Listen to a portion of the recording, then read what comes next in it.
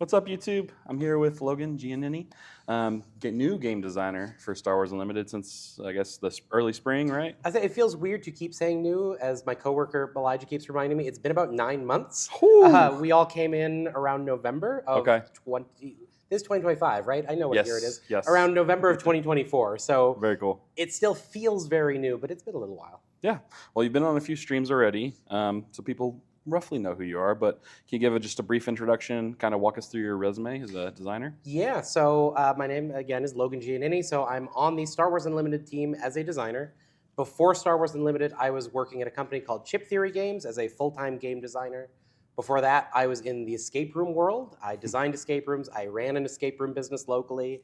And kind of mixed up in the middle of all that, I had my own puzzle company that I founded and ran for about 8 years that created at-home kind of escape room style games, like the challenge and the puzzle of escape rooms. But hey, it's at home. You can take your time with it. It can be a lot harder because you're not stuck in a room for an hour and you have to go home and eat dinner. So Cool. What are your hobbies? I just named all of them. Who has room for hobbies? It's a life. Previously, lots and lots of board games. Yeah. I did grow up playing trading card games and, again, tabletop games very heavily. Love books, love to read, love world building. So film and cinema has always been big to me. And as of 2.5 years ago, now my full-time hobby is being a dad. Awesome. I have a 2.5-year-old little girl, and that doesn't leave time for much else. It's great. Obviously, there's other considerations about seeking employment, but what are the big things like, hey, I want to design for Star Wars Unlimited? What got you there? The short answer there is I thought for the last 4 or 5 years, full-time game designer, I got to make some really cool games, and I thought, this is my dream job.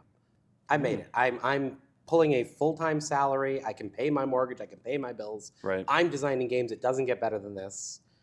And then I saw the job listing for Star Wars Unlimited, trading card game designer, and a little voice in my brain went, oh, no, wait, that's the dream job. You're designing a trading card game. Right. It was really, previous trading card games were some of my earliest formative experiences, getting into serious gaming, getting into competitive gaming, games with tournament structures. And I had been out of it for a little more than a decade. I had stopped playing in my mid-20s. And that little job listing made my brain go, ooh, maybe get back into it. And I dove headfirst into the game while simultaneously along parallel tracks, through the application process. So I was quick mainlining the game. I was going to tournaments. I went from going 1 and 3 at local events and being very frustrated of, wait, can I do this anymore? To by the end of the month, 3 and 1 and 4 and 0, going, Nice. Okay, all right, I've picked this up. I really hope I get this job because, surprise, it turns out the game was awesome. I didn't know that going in. I saw I turned in the application right away because the deadline almost passed. Oh, wow. And yeah, the game was fantastic. So the more I got into it, the more I really hoped I'd get the job. That's awesome. Did you end up making it to any showdowns or PQs before you got the job? No, other than one local showdown. It ended up being very small. And I was feeling very good because I had a Han Solo Worth the Risk deck. This was way back pre-Twilight of the Republic. Okay, so set 2. So it was, there was Spark of Rebellion and Shadows of the Galaxy were the two sets that were released. And I was running Vigilance, and I had been doing very well at just local weekly events, very, very well. Some undefeated nights, and I was just thinking, hey, this is pretty good. I can do something with this. And I went to the store showdown, and everybody was running Tarkin Town as their base. It was during the heyday of Boba Fett from Spark of Rebellion, which was what I anticipated, and 0 players at that showdown were running that deck. Which is just, that is how it breaks sometimes. That is how it breaks. Very cool. Well, I'm most familiar with your work at Chip Theory when you were designing board games. How would you say that kind of experience of the board game space is kind of translated to designing SWU? Yeah, it's very different in some ways and very the same in others. One of the things that I have always looked at in gaming, this is a little bit different from the puzzles. So puzzle games, we can talk about that in a little bit. Yeah. As far as board games go and coming to Star Wars Unlimited, I like to look at the decision points. Okay. I like to design to, hey, here's a fork in the road. You have multiple options, sometimes 2, sometimes 3.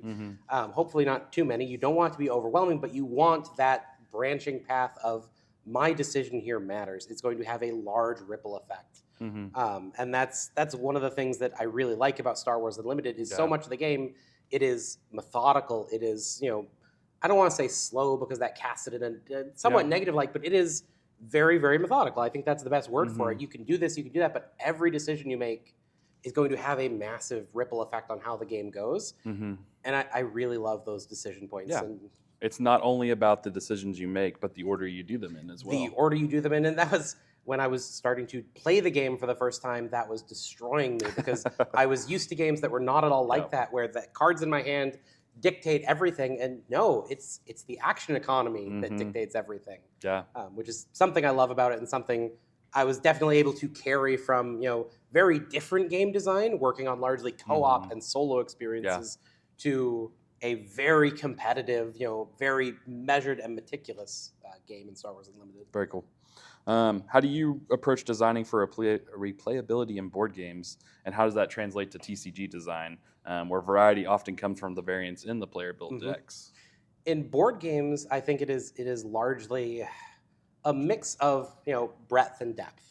How much content are we going to give you, and how variable is it? How much can you mix and match it and find new combinations? Right. And some games, chess being a great example, are very narrow but very deep. It's all those permutations. Others, Gloomhaven, for example, are very broad and very deep, but maybe not as deep. Like you're going to go through with different characters and do different things, and the game will unfold differently because of that, but maybe not as many options.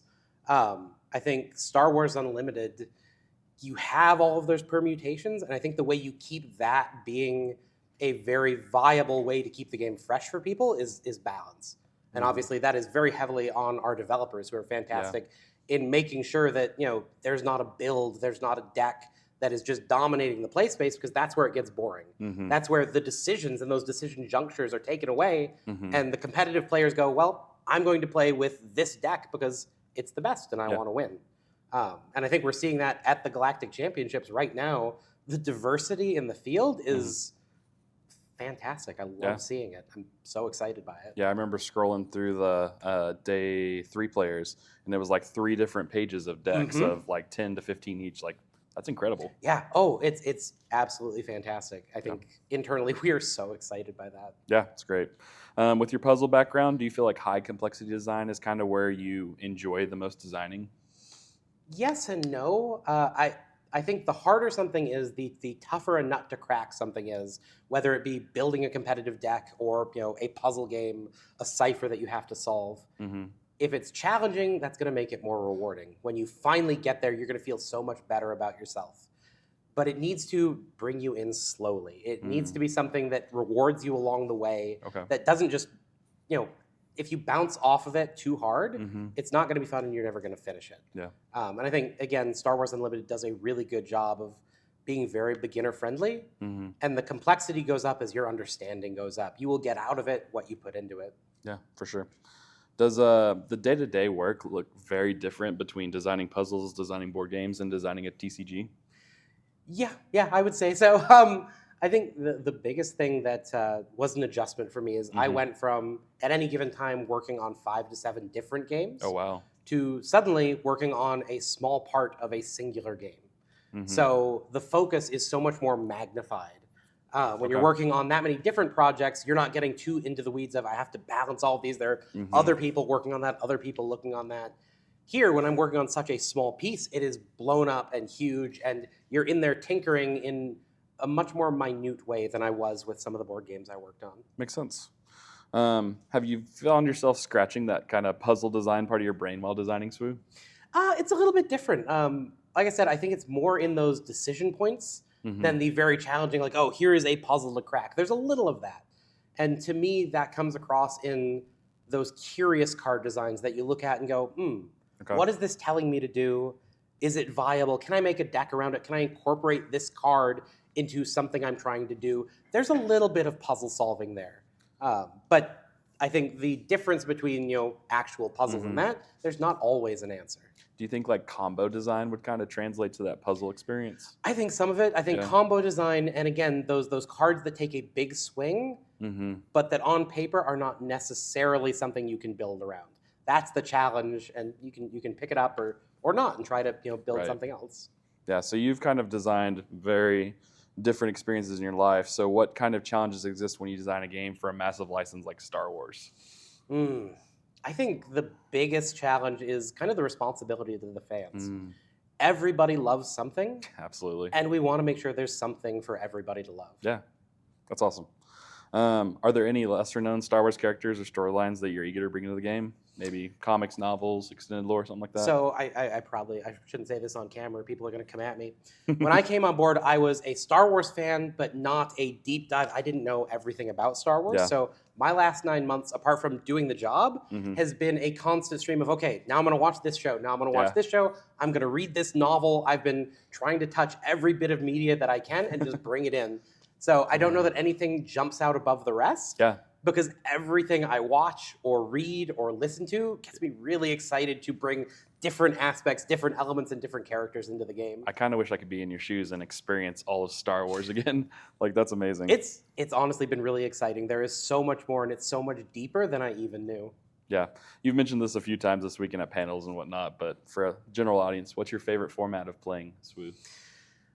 So I think you're going for Twin Suns, and while I love Twin Suns, I'm on a curveball here, and it is Premier. Oh. It is Premier. Like I said earlier, I got out of hyper-competitive like tournament gameplay for 10 to 15 years. I was burnt out on the games I was playing. Yeah. The player scene was not, it just wasn't giving me what I wanted it to, and I stopped.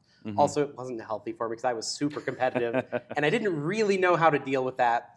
I'm older now, I'm better about that, and I really enjoy it, and honestly, it has given back to me something I didn't know I was missing. Very cool. Have you gotten to play trilogies a lot yet?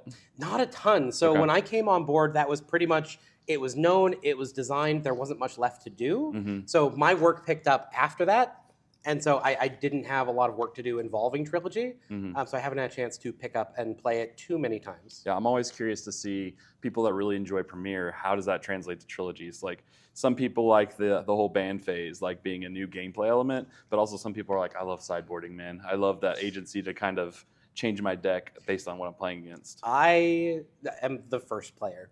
So I love the ability to look and go, this deck is not how I enjoy engaging with the game. Right. Please get rid of it. And I like taking away the pressure and the stress of having to sideboard. I'd much rather roll my dice against yours with the deck that I have built and see how it goes. Gotcha.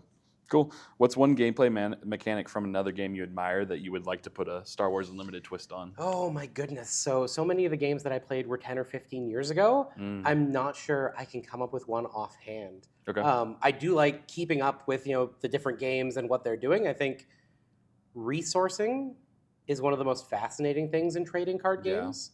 Because obviously, with some iconic examples, resourcing was a big issue. And it's been really fun to see how all the different games now are handling that, problem in different ways. And I think Star Wars Unlimited, they came up with a fantastic mechanic for that.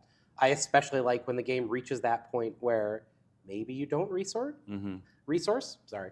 I, this weekend, have been playing a lot of my Mother Talzin leader in Aggression. Okay. And it is a very aggressive deck. And oftentimes I will stop when I reach 6 resources. Okay.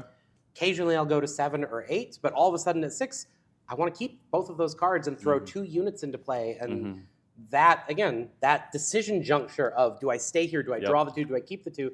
It is so simple. Yeah.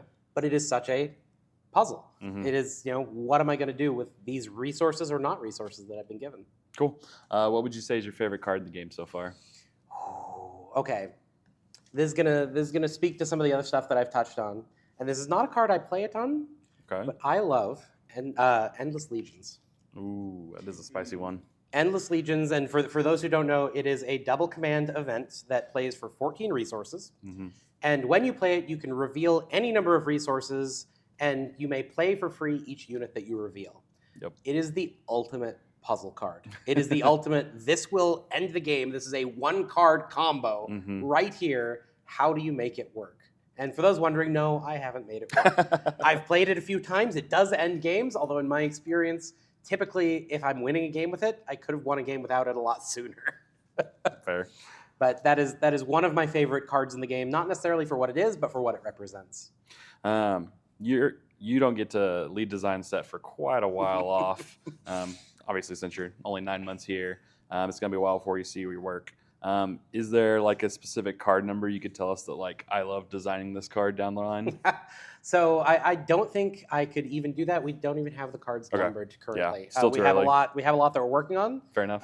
The set that I'm on is set 12, and I'm super excited about it. I'm co-designing it with MJ, who some of you might know, and it's going to be great. Yeah, which is about all I can say about it. What's your favorite aspect to design for? Ooh, possibly command. Okay. I like how straightforward it is, how much it steers into kind of the heart of Star Wars Unlimited. Of I'm going to play units, and you have to deal with my units. I want to deal with your units. Sometimes I can get frustrated at some of the players who play a little bit more control. It's a fantastic element of the game, but I like having units down. I'm a very simple man that way. What type of player do you enjoy designing for the most? Whether it's a competitive player, a casual player, somebody that only plays Twin Suns, who do you really like to tinker to? I like designing for everybody. That's the fun of having a whole set as your blank canvas, is being able to give cards to every single different type of player. Yeah. Like I was saying earlier, everybody loves something, and we want to give something for everybody to love. I do like designing cards with an eye towards Twin Suns. Even though that, is my second favorite way to play Star Wars Unlimited, I really like going, okay, this card does this really cool thing, but we can do this to it and make it do an incredibly cool thing in Twin Suns without changing how it plays in Premiere. I really like keeping that in the back of my head while I'm designing cards for every other format, be it limited, be it Premiere, etc. Cool. What would you say is your favorite art piece in the game so far? Oh. Whether it's a normal card, showcase, prestige variant. So it is on my mind right now because I got the artist to sign it earlier. I really, really like the Mother Talzin regular leader art, the non-showcase art, illustrated by Axel Hutt. Yeah. It is phenomenal.